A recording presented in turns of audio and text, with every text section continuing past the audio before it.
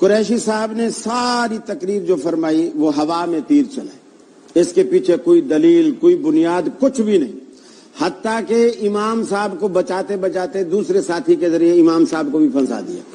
پہلی بات تو یہ ہے کہ یہ جو قرآن مجید میں آتا ہے حملہ و فصالہ 30 شہر، کہ اس کے حمل کی مدت اور اس کے دودھ کی مدت دونوں ملا کے 30 مہینے، دونوں ملا کے 30 مہینے۔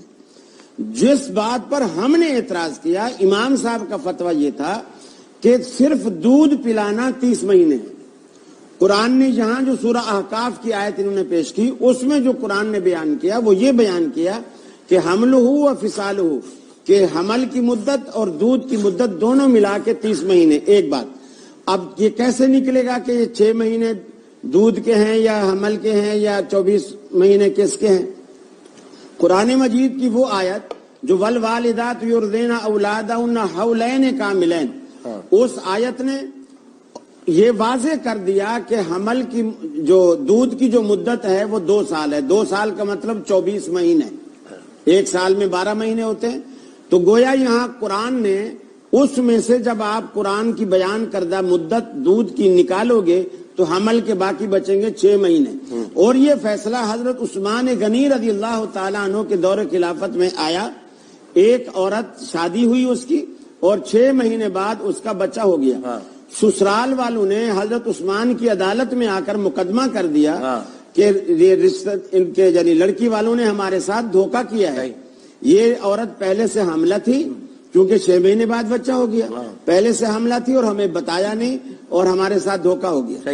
حضرت عثمان نے فتویٰ دے دیا اور فیصلہ کر دیا کہ اس کو سنسار کرو۔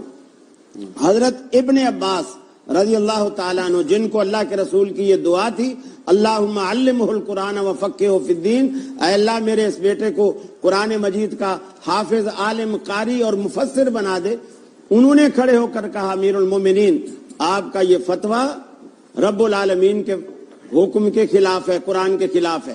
حضرت عثمان نے پوچھا کیسے خلاف ہے؟ انہوں نے قرآن کی یہی 2 آیتیں پڑھی۔ پہلی یہی پڑھی کہ حملہ و فصالہ 30 شہرا، کہ قرآن ایک جگہ کہتا ہے کہ حمل کی مدت اور دودھ کی مدت 30 مہینے ہے۔ حضرت عثمان نے کہا ٹھیک ہے، لیکن اس سے یہ کیسے ثابت ہوگا کہ اس کا یہ حمل 6 مہینے والا درست ہے؟ انہوں نے کہا قرآن کی دوسری آیت میں اللہ رب العالمین کہتا ہے والوالدات یرضعن اولادہن حولین کاملین، مکمل مدت دودھ کی پلانے کی جو ہے وہ 2 سال ہے۔ تو 2 سال اگر آپ 30 مہینوں میں سے نکالیں گے گویا 24 مہینے، تو باقی مدت حمل کی بچے کی جو 6 مہینے ہیں۔ حضرت عثمان نے اپنا فیصلہ واپس لیا، یعنی اسی بات پر فیصلہ ہوا، یہ ایسے نہیں۔ اور دوسری بات یہ کہ حضرت نے کہا کہ امام ابو حنیفہ رحمۃ اللہ علیہ کی ہم وہ نہیں کر رہے ہیں، ہم فقہ حنفی کا دفاع کر رہے ہیں۔ اور ابو حنیفہ رحمۃ اللہ علیہ کو جو ہے یہ جملہ نہیں کہا، میں نے یہ بات کہی، انہوں نے کہا، میں نے کہی کہیں ہم فقہ حنفی کا دفاع نہیں کر رہے، فقہ حنفی کا دفاع کر رہے ہیں، امام ابو حنیفہ کا دفاع نہیں کر رہے۔ اور یہی میں نے یہ بات بھی کہی کہ ہم امام ابو حنیفہ آپ نے تصدیق کر دی، آپ نے تصدیق کر لی۔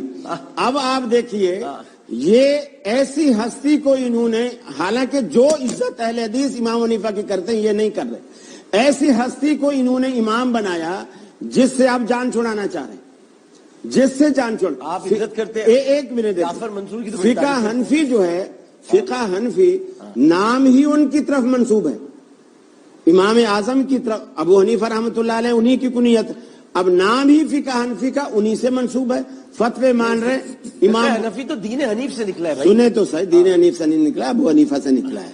اچھا، اور اس کے بعد ابو حنیفہ دین حنیف پہ نہیں، اچھا، اور فتوے لے رہے ہیں امام محمد کے، فقہ محمدی کا ہو، کیوں نہیں کہتے؟ وہ تو پھر اہل حدیث بن جائیں گے اگر فقہ محمدی کہیں گے تو۔ فقہ محمدی کا ہو، فقہ یوسفی کا ہو، لیکن نام فقہ کا بڑے امام کے نام پر ہے اور فتوے اس کے مانے نہیں جا رہے۔ اور دوسری بات یہ کہ جب امام صاحب کے فتوے ہی نہیں ماننے تو تمہارے مقلد ہونے کا فائدہ کیا ہے؟ اس سے تو میسوی صاحب نے لاکھ درجے بہتر بات کی، انہوں نے کہا کہ ہم مرے ہوں کی تقلید نہیں کرتے۔ کتنی اچھی بات ہے، کتنی خوبصورت بات ہے کہ مرے ہوں کی یہ تقلید نہیں کرتے، ریفرنس دیتے ہیں مگر دیتے ایک وقفے